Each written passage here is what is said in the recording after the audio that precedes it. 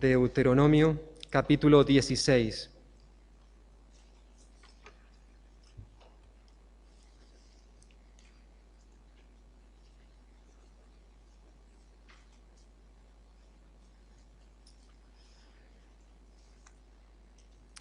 Ya estuvimos la semana pasada en este capítulo, vimos desde el versículo 1 al versículo 17, donde se nos recordaba esas fiestas dentro del pueblo de Israel y concretamente estuvimos meditando en las tres más importantes del pueblo israelita. Pero a partir del versículo 18 que vamos a ver en esta mañana, del versículo 18 de este capítulo, incluido luego el capítulo 17 y 18, entramos en un nuevo apartado, una sesión del libro donde se dedica principalmente a describir aquellas normas, aquellos requisitos que debían tener en cuenta aquellos que iban a liderar al pueblo de Israel en diferentes áreas. Aquellos que tenían la responsabilidad de administrar la justicia, ya sea en el terreno civil como en el terreno religioso. Y concretamente, en el día de hoy vamos a centrarnos en los dos primeros grupos, se mencionan 4 en estos dos capítulos, 17 y 18, y la última parte del capítulo 16 que vimos la semana pasada. Se mencionan a los jueces, a los reyes, a los sacerdotes y a los profetas. En esta mañana vamos a centrarnos exclusivamente en los jueces y en los reyes.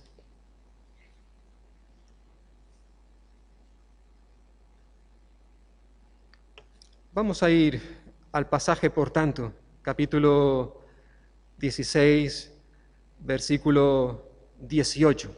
Hoy no tengo la pantalla delante, así que quizás en algún momento voy a estar mirando hacia atrás para controlar que las diapositivas estén pasando correctamente. Dice capítulo 16, versículo 18, en todas las ciudades que Jehová tu Dios te dará, pondrás jueces y oficiales, es decir, funcionarios que ayudaban a los jueces, por tribus, los cuales juzgarán al pueblo justo con justo juicio. No tuerzas el derecho, no hagas acepción de personas, ni tomes soborno, porque el soborno ciega los ojos de los sabios y pervierte las palabras de los justos. La justicia, solo la justicia seguirás, para que vivas y heredes la tierra que Jehová tu Dios te da. No plantarás ningún árbol para cera cerca del altar de Jehová tu Dios que hayas edificado, ni te levantarás estatua, lo cual aborrece Jehová tu Dios. No ofrecerás en sacrificio a Jehová tu Dios buey o cordero en el cual haya defecto o alguna cosa mala, pues es cosa abominable para Jehová tu Dios. Cuando se halle entre los tuyos, en alguna de las ciudades que Jehová tu Dios te da, un hombre o una mujer que haya hecho lo malo ante los ojos de Jehová tu Dios, traspasando su pacto, que haya ido a servir a dioses ajenos y se haya inclinado ante ellos, ya sea ante el sol, la luna o todo el ejército del cielo, lo cual yo he prohibido, y te sea dado aviso, entonces investiga muy bien. Si resulta ser cierto que tal abominación ha sido hecha en Israel, sacarás a las puertas de la ciudad al hombre o a la mujer que haya cometido esta mala acción, sea hombre o mujer, y los apedrearás hasta que mueran. Por el testimonio de 2 o 3 testigos morirá el que haya de morir. No morirá por el testimonio de un solo testigo. La mano de los testigos caerá primero sobre él para matarlo, y después la mano de todo el pueblo. Así apartarás el mal de en medio de ti. Cuando alguna cosa te sea difícil en el juicio, entre una clase de homicidio y otra, entre una clase de derecho legal y otra, y entre una clase de herida y otra, en negocios de litigio en tus ciudades, entonces te levantarás y recurrirás al lugar que Jehová tu Dios escoja. Acudirás a los sacerdotes levitas y al juez que haya en aquellos días, y preguntarás. Ellos te enseñarán la sentencia del juicio, y harás lo que indique la sentencia que dicten los del lugar que Jehová escoja, cuidando de cumplir todo lo que te manifiesten. Procederás según las instrucciones que te den y el juicio que te pronuncien. No te apartarás ni a la derecha ni a la izquierda de la sentencia que te dicten. El hombre que proceda con soberbia, no obedeciendo al sacerdote que está para ministrar allí delante de Jehová tu Dios, o al juez, éste morirá. Así apartarás el mal de en medio de Israel. Y cuando todo el pueblo lo sepa, temerá y no se llenará de orgullo. En estos primeros versículos que ya hemos leído, de manera especial, se centran en el liderazgo de los jueces. Sabéis o recordaréis que durante muchos años, mientras el pueblo estuvo peregrinando por el desierto, fue Moisés el que en cierta forma hacía de juez. Él decidía cómo se tenía que actuar en determinadas circunstancias. Hasta el día en que su suegro, Jetro, le dio un consejo muy sabio, que Moisés lo recibió muy agradecido. Su suegro le dijo que no era bueno lo que él estaba haciendo y que por tanto tenía que buscarse a un equipo de colaboradores. Y así lo hizo Moisés. Nombró a un equipo de jueces para que le ayudasen a la hora de administrar la justicia en medio del pueblo de Israel. Ya algo de esto vimos al comienzo de este libro, del estudio de este libro, en el capítulo 1, tomado de lo que vimos en su momento en el libro de Éxodo, capítulo 18. Una vez que Israel se estableciese en la tierra de Canaán, ya no estarían juntos, iban a distribuirse por toda la tierra en las diferentes ciudades, y una vez que esto ocurriese, era necesario que en cada ciudad hubieran jueces y oficiales. Versículo 18. Funcionarios, aquellos que iban a encargarse de impartir la justicia. Una justicia que tenía que ser justa. Versículo 18. En cierta forma, años más tarde, también el rey Josafat recordó esto a los jueces de Israel en aquel tiempo. El rey les dijo: mirad bien lo que hacéis, porque no administráis la justicia humana, sino la justicia del Señor, que estará con vosotros cuando dictéis sentencia. Por tanto, respetad al Señor y tened cuidado con lo que hacéis, porque el Señor nuestro Dios no tolera corrupciones, ni favoritismos, ni soborno. Bueno, ahora en los versículos que vamos a ver en esta mañana, se mencionan varias pautas, normas que los jueces de Israel, junto con los funcionarios, tenían que tener en cuenta. Hay al menos 5 normas que aquí se mencionan en cuanto a los jueces. En primer lugar, se nos dice, versículo 19, que el juez tenía que actuar dentro de la legalidad. Dice: no torcerás o no quebrantarás el derecho, la justicia. Ya en el libro de Éxodo se había introducido esta ley. Fijaos o recordemos en esta mañana lo que encontramos allí en Éxodo capítulo 23. No te inclines a hacer el mal, aunque la mayoría lo haga. tú no lo hagas. Tendríamos que aprender mucho nosotros de esta primera expresión, ¿verdad? Porque ¿cuántas veces tú y yo actuamos así? Bueno, si la mayoría lo hace, aunque esté mal, yo también lo hago. Y eso, hermanos, no es correcto, a menos como cristianos que actuemos de esta forma. En estas últimas semanas son varias las personas que me han dicho, por ejemplo, oye, ¿por qué necesitamos guardar la distancia de seguridad aquí dentro del local? ¿Por qué tenemos que tener la mascarilla? ¿Por qué tenemos que cumplir una serie de normas? Pues hermanos y hermanas, muy sencillo, porque aquí en Castilla-La Mancha esa norma sigue vigente. Tenemos que seguir guardando la distancia entre nosotros, llevar mascarilla, utilizar el gel hidroalcohólico, limpiar, desinfectar las sillas cada vez que se vayan a usar nuevamente. Por tanto, aunque hayan otros que no lo hacen, ¿a nosotros qué? Nosotros tenemos que cumplir lo que nos mandan las autoridades sanitarias. Llegará el día en que todo eso no sea necesario.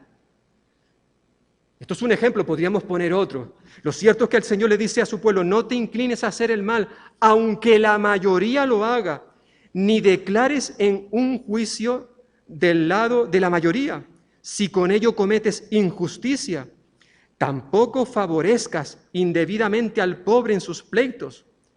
No tuerzas, no quebrantes la justicia contra los pobres de tu pueblo en sus demandas legales. Obviamente, hermanos y hermanas, esto que el Señor le está diciendo a los jueces que tenían que hacer, también era aplicable al resto de los israelitas.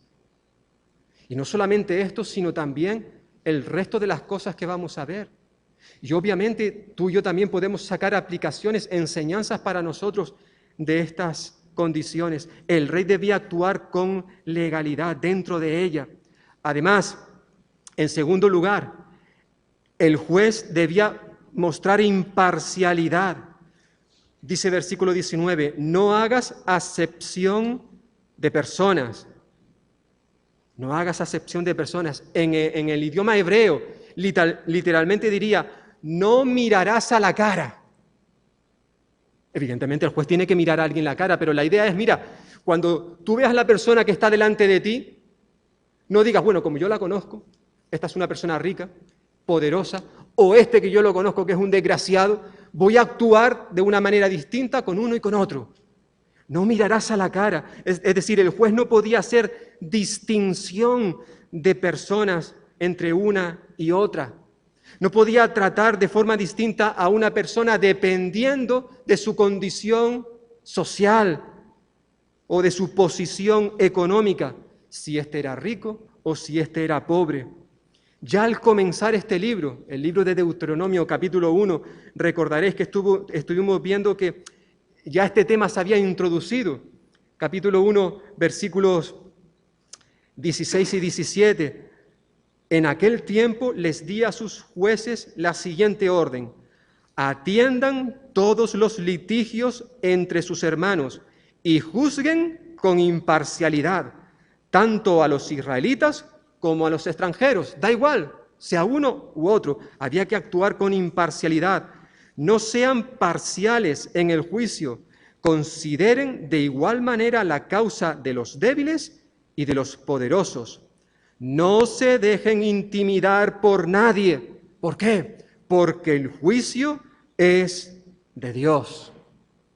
Bueno, lo cierto es que esta enseñanza también la vemos en el Nuevo Testamento en diferentes lugares. ¿Cómo no recordar aquellas palabras, si queréis acompañarme, de Santiago en su carta? Santiago, capítulo 2. Prácticamente está diciendo aquí el apóstol lo mismo. Decía Santiago capítulo 2, versículo 1, hermanos míos, que vuestra fe en nuestro glorioso Señor Jesucristo sea sin acepción de personas. Si en vuestra congregación entra un hombre con anillo de oro y ropa espléndida, y también entra un pobre con vestido andrajoso, y miráis con agrado al que trae la ropa espléndida, y le decís, siéntate tú aquí, en buen lugar. Y decís al pobre, quédate tú allí de pie, o siéntate aquí en el suelo. ¿No hacéis distinciones entre vosotros mismos y venís a ser jueces con malos pensamientos? Es decir, lo que estamos viendo ahora mismo en Deuteronomio, esos principios, esos mandamientos bíblicos, lo encontramos también en otras partes de la Escritura. El juez que iba a servir, a administrar justicia en Israel, no podía ser parcial. En tercer lugar, se nos dice que el juez debía de actuar con honestidad.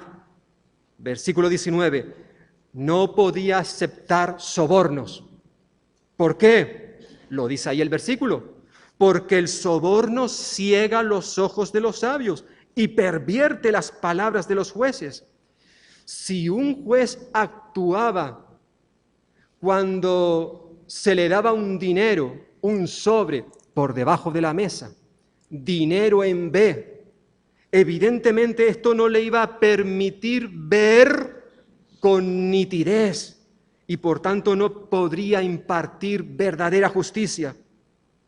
No cabe duda que este mandato hacia los jueces es una clara advertencia contra la codicia, contra el amor al dinero. En este versículo se está condenando a los jueces, aunque esto es para todos. Esto es para todos. Se le está ordenando, mejor dicho, que bajo ninguna circunstancia, a la hora de impartir justicia, se podía actuar con favoritismos. En un juicio únicamente la justicia debía prevalecer. Por eso ese énfasis en el versículo 20, la justicia, solo la justicia seguirás, para que vivas y heredes la tierra que Jehová tu Dios te da. No cabe duda que cuando leemos, estudiamos este tema a la luz del contexto de toda la Escritura, se nos recuerda que a Dios no le agrada el favoritismo ni el soborno. Tristemente, estas dos cosas siguen siendo una actualidad en nuestros días. La imagen de jueces, de políticos, quizás de compañeros de trabajo, familiares, que actúan de esta manera. Y una y otra vez la palabra de Dios nos recuerda que su iglesia, nosotros, tú y yo como cristianos, no podemos actuar de esta forma. El favoritismo, por ejemplo, trae unas consecuencias terribles cuando lo practicamos. Y esto se puede aplicar a todas las áreas de la vida. Por ejemplo, dentro de la familia. ¿Quién no recuerda aquel caso de aquellos padres llamados Isaac y Rebeca, que tuvieron 2 hijos? Y la madre tenía uno como su favorito y el padre tenía otro como su favorito. Y cuánto mal trajo eso al hogar. Más aún luego se extendió generaciones más tarde a otros familiares. Por ejemplo, Jacob, que se unió a Raquel y a Lea, tuvo 12 hijos. Y claramente se nos muestra en la Escritura cómo Jacob tenía a uno de ellos, de los 12, había uno que era su favorito. Y como consecuencia de aquella actitud, eso trajo terribles consecuencias a la vida de esta familia. A Dios no le agrada el favoritismo. Y por eso es denunciado una y otra vez en su palabra. También, en cuarto lugar, el juez debía de actuar en integridad. Versículos 21, 22 y luego capítulos 17, los primeros 7 versículos. Este texto nos recuerda que la responsabilidad que tenían los jueces de administrar la justicia no se limitaba solamente al terreno de lo civil, sino también al terreno de lo religioso, lo espiritual. La función principal de los jueces era velar por la integridad, por la totalidad de la vida del pueblo de Israel, no solamente en unas solas áreas, sino en toda área de la vida, ya sea social como espiritual. Y aquí se mencionan algunos ejemplos de algunas de las prácticas idolátricas que debían ser denunciadas y juzgadas. Al menos se menciona 3 casos de prácticas ofensivas a Dios. Versículo 21 y 22 del capítulo 16. A Dios le desagrada el que sus hijos plantaran árboles y levantaran estatuas que representaran a los dioses cananeos. A Dios también le desagrada y rechazaba el que sus hijos ofreciesen sacrificios a Él con animales defectuosos. Ya capítulo 17, versículo 1, no ofrecerás en sacrificio a Jehová tu Dios buey o cordero en el cual haya defecto o alguna cosa mala, pues es cosa abominable para el Señor. Esto ya se nos había recordado un poquito antes, en el capítulo 15, si lo tenéis delante, capítulo 15, versículo 21, hablando de los sacrificios, el Señor había dicho que si el animal tenía algún defecto, si era ciego, si era cojo o tenía cualquier otra falta, no se podía sacrificar al Señor. Hay varios autores, varios profetas como Malaquías, que también recordaba estas cosas. Presentarle un animal defectuoso al Señor era algo abominable. Pero también, en tercer lugar, como otra de las prácticas que ofendían al Señor, estaba en cierta forma lo que llamaríamos la apostasía, versículos 2 al 5. El quebrantar el pacto de Dios para servir y adorar a otros dioses. Si algún israelita era culpable de estas acciones, debía morir apedreado. Es lo que nos dice estos versículos 2 al 5. Eso sí, antes de declarar a una persona culpable de tales delitos, en primer lugar, había que hacer una investigación profunda para averiguar si eso era verdad o mentira. Versículo 4. Entonces, investiga muy bien. Investiga muy bien. Pero en segundo lugar, era necesario que para dar por bueno aquella denuncia, tenían que haber 2 o 3 testigos que asegurasen que la acusación era cierta. Nos dice estos versículos. La sentencia que emitía el magistrado, el juez, dependía de lo que dijeran estos testigos, los cuales, si verdaderamente estaban de acuerdo en lo que habían declarado, entonces se podía condenar a muerte al acusado. Esto de tener 2 o 3 testigos, algo que se repite una y otra vez en el Antiguo Testamento, como también en el Nuevo Testamento, se nos recuerda este principio, este mandamiento, tenía el propósito de advertir del peligro de dar falso testimonio. Por eso el Señor, en el 9º mandamiento, decía: no dirás falso testimonio contra tu prójimo. La labor de estos 2 o 3 testigos era importantísima, porque como nos recuerda el libro de Proverbios, la muerte y la vida están en poder de la lengua. ¿Cuánto daño podemos hacer con nuestra lengua, con nuestras palabras, cuando dejamos caer una mentira, una difamación, una murmuración por aquí y por allá? En toda la Biblia encontramos continuas advertencias acerca del mal uso de la lengua, sobre todo en el libro de Proverbios, como he mencionado.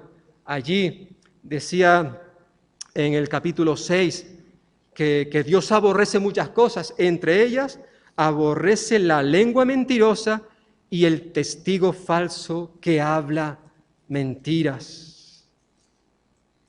Dios en su palabra nos recuerda a los creyentes, como bien hacía el apóstol Pablo en su carta a los Efesios, que tú y yo como creyentes debemos desechar la mentira y hablar la verdad con nuestro prójimo. Efesios 4:25. Pero el juez no solamente debía de juzgar en integridad, sino en quinto y último lugar, el juez, para ejercer su cargo, necesitaba de la complicidad de otros, es decir, de la colaboración, de la participación. Los jueces debían reconocer que ellos estaban limitados. Ellos no podían hacerlo todo solos, necesitaban colaboradores. Por eso se nos recuerda, versículo 8 al 13, concretamente del 8 al 9, que había ocasiones donde un juez se podía topar con un caso difícil. Dice ahí versículo 8, cuando alguna cosa te sea difícil en el juicio, y tenías que decidir si esto era blanco, si esto era negro, si había algún caso difícil, entonces nos dice aquí el texto que él debía llevar esa causa al Tribunal Supremo, que se encontraba en el santuario central. El Tribunal Supremo estaba compuesto por los sacerdotes y levitas, como se nos dice ahí, los cuales eran los encargados de dar la última palabra, la decisión final. Lo que ellos decidiesen tenía la autoridad divina y, por tanto, lo que ellos dictaminasen debía obedecerse. Una vez que se conocía la voluntad del Señor, nadie podía apartarse, como se nos dice ahí, ni a derecha ni a izquierda. Es decir, nadie podía salirse del camino. Solo había una alternativa. ¿Cuál? Obedecer lo que el Señor había dicho. El no hacerlo suponía la muerte. Versículo 12. 5 cosas. 5 normas, pautas que Dios exigía a los jueces, a los que iban a liderar a su pueblo en esta área de la administración de la justicia. Evidentemente, esto también era aplicable al resto de los líderes, y no solamente en aquel tiempo, sino también en el día de hoy. Dios demanda, exige que aquellos que ejercemos el liderazgo dentro de la iglesia actuemos con imparcialidad, dentro de la legalidad, que seamos honestos con nuestro trabajo, íntegros, y también que reconozcamos con humildad que no podemos hacer nosotros el trabajo solos, necesitamos ayuda. Evidentemente, aunque aquí se dirige especialmente a los líderes, también esto, como decía al principio, es aplicable al resto de los creyentes. Dios demanda de nosotros que seamos también imparciales, honestos, íntegros en nuestro caminar con Él. Que reconozcamos que nos necesitamos los unos a los otros, que nadie puede ir en la iglesia de llanero solitario, que la iglesia es un cuerpo donde hay muchos miembros y esos miembros se necesitan los unos a los otros, recordaba Pablo en su primera carta a los Corintios. Por eso que es importante, hermanos y hermanas, cuando se solicita nuestra ayuda, nuestra colaboración, nuestra participación en algún área específica, que seamos los primeros en decir, Señor, aquí estoy yo dispuesto. Quiero servirte, quiero ayudar, quiero colaborar. Por ejemplo, en esta semana se pedía colaboradores para el culto de oración del próximo domingo por la tarde. No sé si se necesitaban 12, 14 personas. Un buen grupo de colaboradores. ¿Te has apuntado ya? ¿Has ido a Miguel Ángel? Miguel Ángel, apúntame. Yo quiero colaborar, participar. Obviamente, cada una de estas características también son aplicables a la iglesia en el día de hoy. Pero además de dirigirse a los jueces. En segundo lugar, hay otro grupo de liderazgo dentro de Israel y eran los reyes. Versículos 14 al 20 del capítulo 17. Había algunas condiciones que Dios demandó a su pueblo que iban dirigidas precisamente a los candidatos a la corte real. El Señor sabía que llegaría el día en que el pueblo iba a solicitar un rey, como tenían los demás pueblos que había alrededor. Israel era una teocracia, es decir, Dios era el que dirigía, el que gobernaba, el que mostraba su voluntad a través de Moisés. Pero él sabía que llegaría un día en donde el pueblo también querría tener un rey.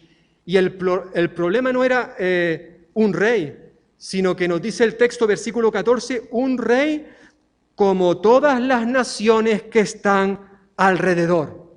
Nosotros queremos un rey como esos. Ya, pero como he dicho, y vamos a ver, el rey que iba a servir dentro de Israel sería escogido por el Señor. Lo cierto es que, por así decirlo, ya este pasaje se adelanta a lo que iba a ocurrir unos años más tarde, cuando Israel, en tiempos del profeta Samuel, pidió un rey a Jehová, allí en Primera de Samuel, capítulo 8. Por eso era necesario que ya con antelación se dieran una serie de condiciones, instrucciones en cuanto a cómo debían ser los candidatos a ejercer como monarcas. Y hay al menos 7 cosas interesantes que vemos en estos versículos que leímos al principio. En primer lugar, se recuerda que el rey tenía que ser escogido por el Señor. Versículo 15. Tenía que ser escogido por el Señor. Debido al trabajo, a la labor, al poder divino que iba a haber sobre él, era necesario que fuese el Señor el encargado de escoger a dicha persona.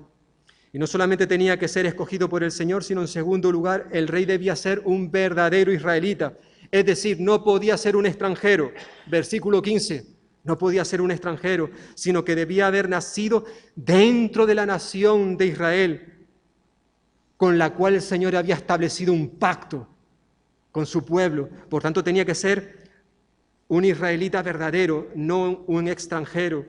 En tercer lugar, el rey tenía que ser una persona que dependiera completamente del Señor, que no confiara en sus propias capacidades. Por eso dice versículo 16 que el rey no podía tener muchos caballos. Bueno, ¿qué tiene que ver esto con lo que estamos diciendo? Evidentemente, en este contexto y en aquellos tiempos tenemos que recordar que acumular caballo era condenable porque llevaba al rey a pensar que su poder, su capacidad militar se debía a los recursos que él tenía. En aquellos tiempos los caballos eran un arma poderosa en la batalla, en la guerra. El ejército que tenía una sección dedicada a la caballería, no cabe duda que podía hacer grandes estragos y tener victorias. Por tanto, cuando se dice aquí, versículo 16, que no debería tener muchos caballos, el rey, básicamente lo que se nos está diciendo es que el rey no podía poner su confianza en esas cosas, que el rey tenía que aprender a depender del Señor, que Él es el que va a darle la victoria. Como decía otro texto, no es con espada ni con ejército, es el Señor quien va a dar la victoria. Por muchos caballos que tuvieran los reyes israelitas, eso no garantizaba una victoria. Lo único que podía darles esa victoria era que ellos se apoyaran únicamente en el Señor. Por eso les dice, no deberá tener muchos caballos. Además, el rey debía mostrar lealtad al Señor, versículo 17. Se le pide al rey que tampoco debía tener muchas mujeres para que su corazón no se desvíe. Muy probablemente esto es una referencia a las prácticas comunes entre las realezas de aquellos tiempos de formar matrimonios con otras naciones con el fin de establecer alianzas, pactos, ya sea políticos o religiosos. El Señor dice, no hagas esto. ¿Por qué? Porque esto llevaría a Israel a desviar su corazón del Señor. Y sin duda alguna, probablemente ya algunos de vosotros, os ha venido a la mente el rey Salomón. El rey Salomón. Precisamente él, tristemente, a pesar de la gran sabiduría que había recibido del Señor, él cayó en este pecado. Se nos recuerda en la Escritura que Salomón tuvo 700 esposas y 300 concubinas. La mayor parte de ellas eran el resultado de pactos, alianzas políticas que realizó Salomón durante su reinado. Y como la mayoría de sus esposas, concubinas, eran probablemente extranjeras, Salomón edificó templos para los dioses de sus esposas. Fijaos un momentito, acompañadme a Primera de Reyes, capítulo 11. Es un pasaje terrible, si tenemos en cuenta de quién se está hablando, del rey Salomón. Dice Primera de Reyes, capítulo 11.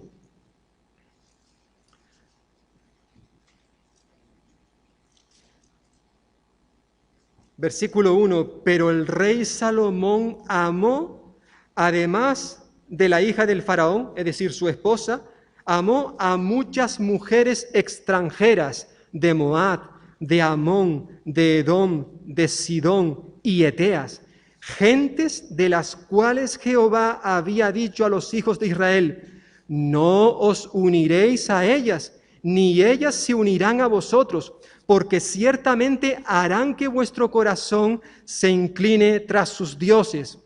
A estas, pues, se juntó Salomón por amor, y tuvo 700 mujeres reinas y 300 concubinas. Si lo sumáis, estamos hablando de 1000 mujeres. 300 concubinas, y sus mujeres le desviaron el corazón.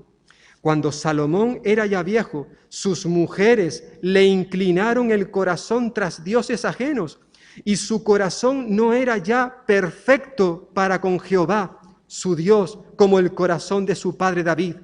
Salomón siguió a Astoret, diosa de los sidonios, y a Milcón, ídolo abominable de los amonitas.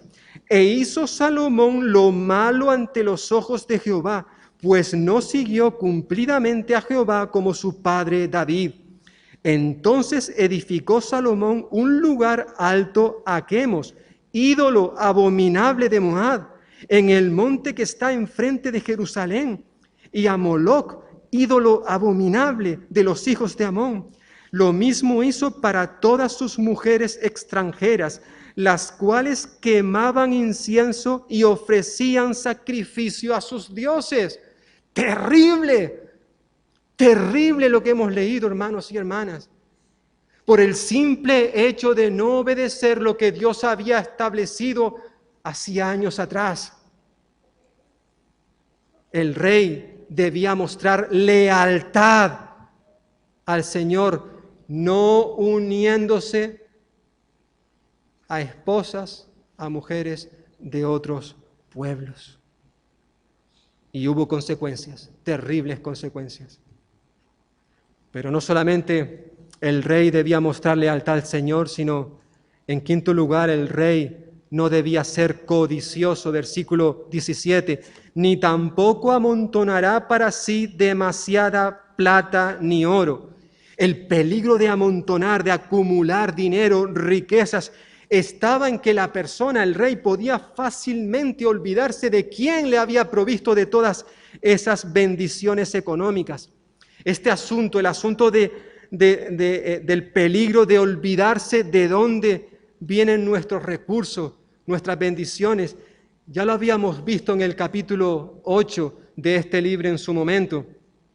En el capítulo 8, versículo 11, 17 al 17 dice el Señor: cuídate de no olvidarte de Jehová tu Dios. No suceda que comas y te sacies, edifiques buenas casas y las habites. Cuando tus vacas y tus ovejas aumenten, la plata y el oro se te multipliquen y todo lo que tengas se acreciente. Había el peligro de llenarse de orgullo su corazón, dice, y olvidarse de Jehová tu Dios, que te sacó de la tierra de Egipto, de casa de servidumbre, y que digas en tu corazón: mi poder y la fuerza de mi mano me ha traído todas estas riquezas. Es gracias a mis méritos. Una y otra vez se nos recuerda en este libro que el pueblo de Dios, y en especial sus líderes, no podían olvidarse de quién habían recibido todo aquello. Por eso el rey no debía ser codicioso. Tristemente, hoy en día, el amor al dinero, que es de lo que se nos está hablando en este versículo, el amor al dinero sigue constituyendo uno de los males más destructivos que existe en nuestra sociedad. Y no solo, hermanos y hermanas, en la clase política, como a veces lo estamos recordando. No solamente en la clase política, sino también eso afecta a todos los demás niveles sociales. E incluso tenemos que confesar que también eso afecta a los propios cristianos, a la propia iglesia. También tú y yo podemos caer en la codicia. Por eso el apóstol Pablo, cuando escribió su primera carta a Timoteo, precisamente recordaba esto. Primeramente les recuerda a los líderes, ya sean ancianos, pastores, como también a los diáconos, que no debían ser codiciosos de ganancias deshonestas. Especialmente se dirige al liderazgo, aunque obviamente eso se aplica a toda la iglesia. Por eso hay en Primera de Timoteo, capítulo 6, el Señor advierte en cuanto a esta temática. Primera de Timoteo, capítulo 6, versículo 6 dice: pero gran ganancia es la piedad acompañada de contentamiento, porque nada hemos traído a este mundo y sin duda nada podremos sacar. Así que, teniendo sustento y abrigo, estemos ya satisfechos. Pero los que quieren enriquecerse caen en tentación y lazo, y en muchas codicias necias y dañosas que hunden a los hombres en destrucción y perdición. ¿Por qué? Dice Pablo aquí: porque la raíz de todos los males es el amor al dinero, el cual, codiciando a algunos, se extraviaron de la fe y fueron atormentados con muchos dolores.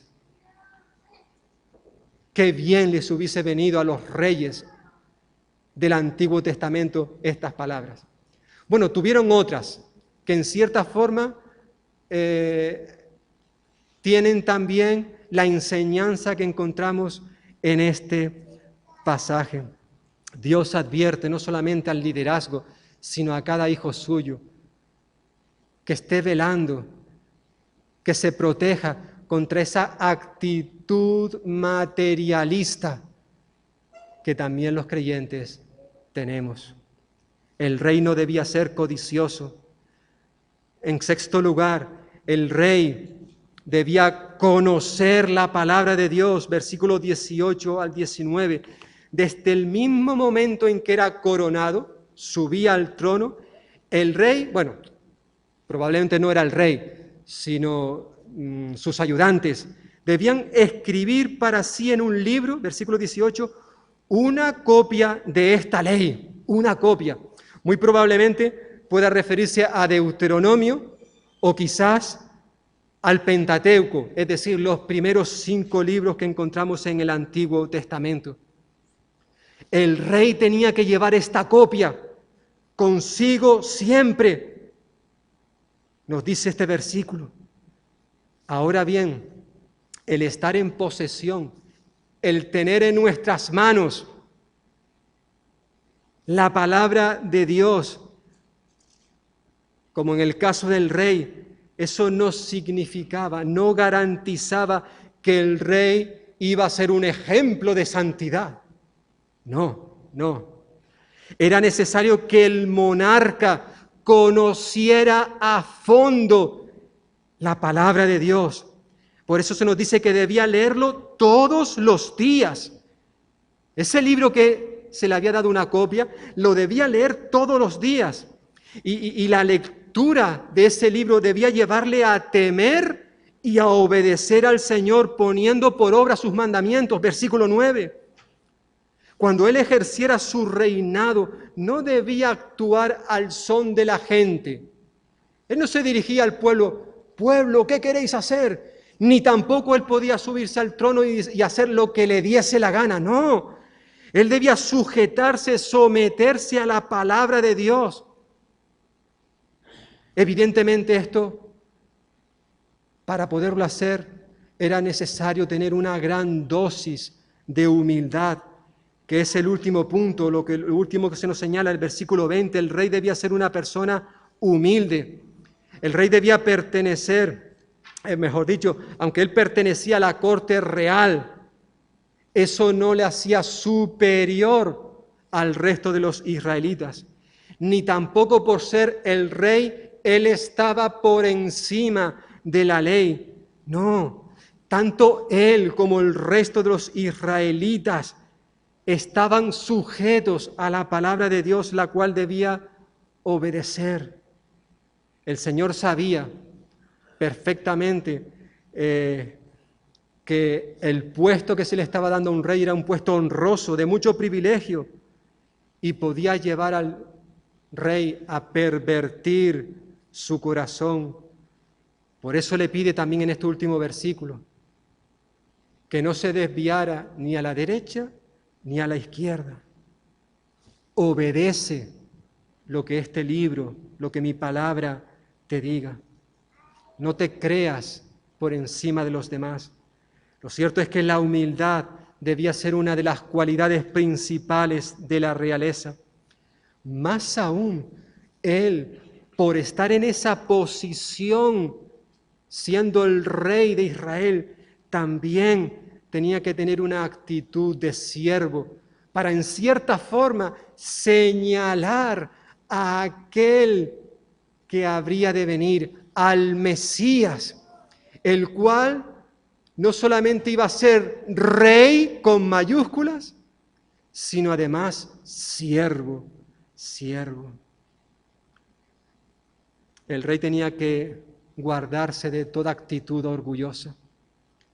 En cierta forma es esto precisamente lo que el Señor Jesús enseñó a sus discípulos.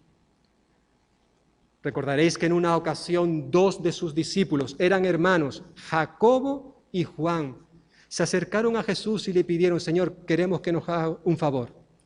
Queremos pedirte que cuando tú vengas en tu reino, nos permitas sentarnos uno a la derecha y el otro a la izquierda. El Señor les dijo: mira, vosotros no sabéis lo que estáis pidiendo.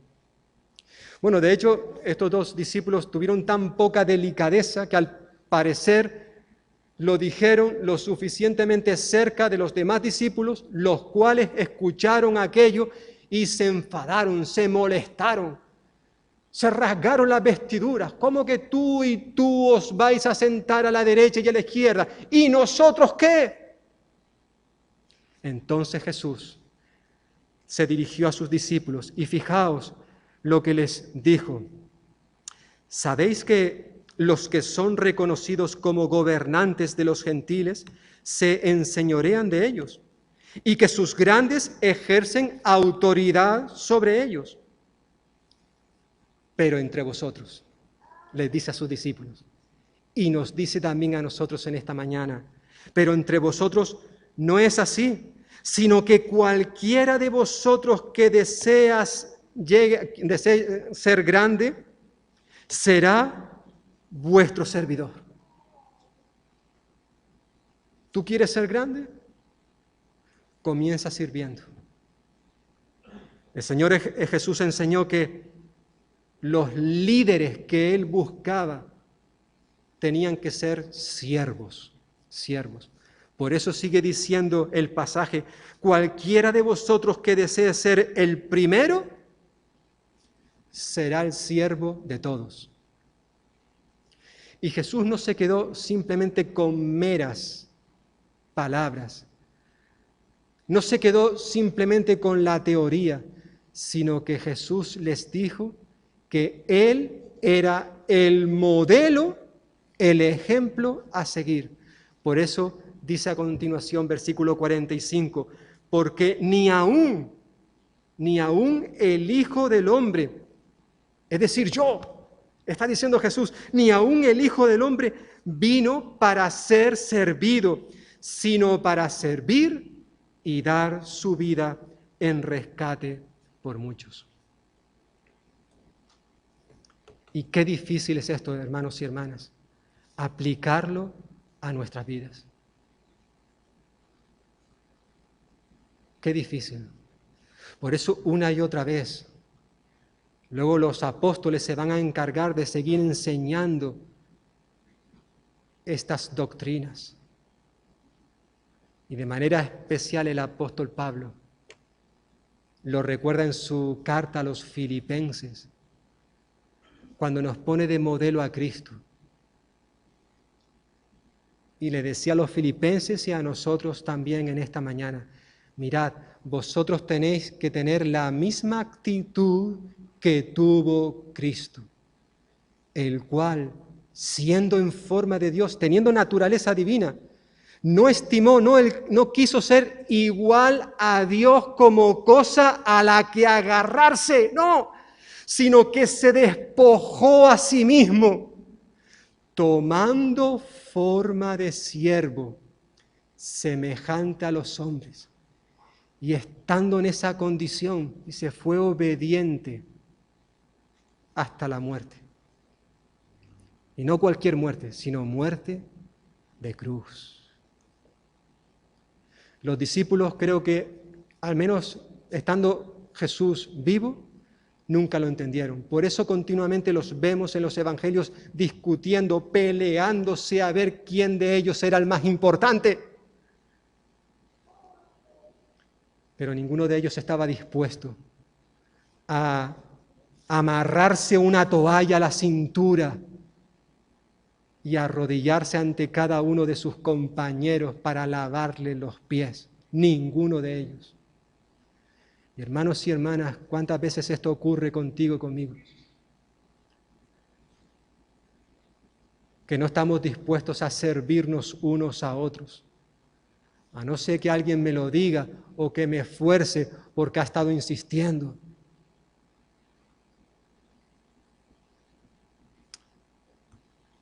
Siete condiciones para ser rey. Pero en cierta forma estas condiciones también son aplicables a tu vida y a mi vida. Hermanos y hermanas, Dios nos ha escogido, nos ha elegido por su gracia, porque nosotros creímos en su Hijo Jesucristo, lo aceptamos como el Señor y Salvador de nuestra vida. Ahora somos verdaderos cristianos, hemos nacido de nuevo. Y Dios quiere que, por tanto, teniendo esto en cuenta, que podamos siempre depender, confiar en Él, que podamos ser leales, mostrarle lealtad cada día de nuestra vida, que seamos personas que no pongamos nuestros ojos en las cosas de este mundo, sino en las cosas que están en los cielos, que hagamos tesoros en los cielos, que dejemos de ser codiciosos, que a veces pensamos que todo lo que estamos almacenando en este mundo nos lo vamos a llevar con nosotros al cielo, y eso no es así, pero lo pensamos. Al menos eso es lo que demuestra nuestra forma de vivir. Él quiere que también tú y yo seamos hombres y mujeres que conozcamos la palabra de Dios. El rey tenía simplemente la copia de un libro, o quizás de 5 libros, pero nosotros tenemos el ejemplar completo, toda la palabra de Dios. Pero de nada vale que la tengamos en la estantería o que vengamos incluso aquí y la dejemos en casa. Necesitamos conocerla a fondo y para eso necesitamos leerla cada día. Pero no solamente leerla, sino tomar la decisión de obedecerla, de obrar según lo que ella nos enseña. Es la única manera de crecer, la única manera de parecernos más a Cristo. Pero evidentemente necesitamos también ser humildes, es decir, mirar a Jesús y tomarlo como nuestro ejemplo, que es lo que Pablo nos estaba recordando en este pasaje de Filipenses. Que el Señor nos ayude en esta mañana, para que si Él ha señalado algo en tu vida o en mi vida, que nosotros sabemos que tenemos que cambiar, que decidamos hoy hacerlo. Vamos a dejarlo aquí y en la próxima ocasión veremos la responsabilidad de las condiciones que también se necesitaban para ser sacerdote y para ser profeta.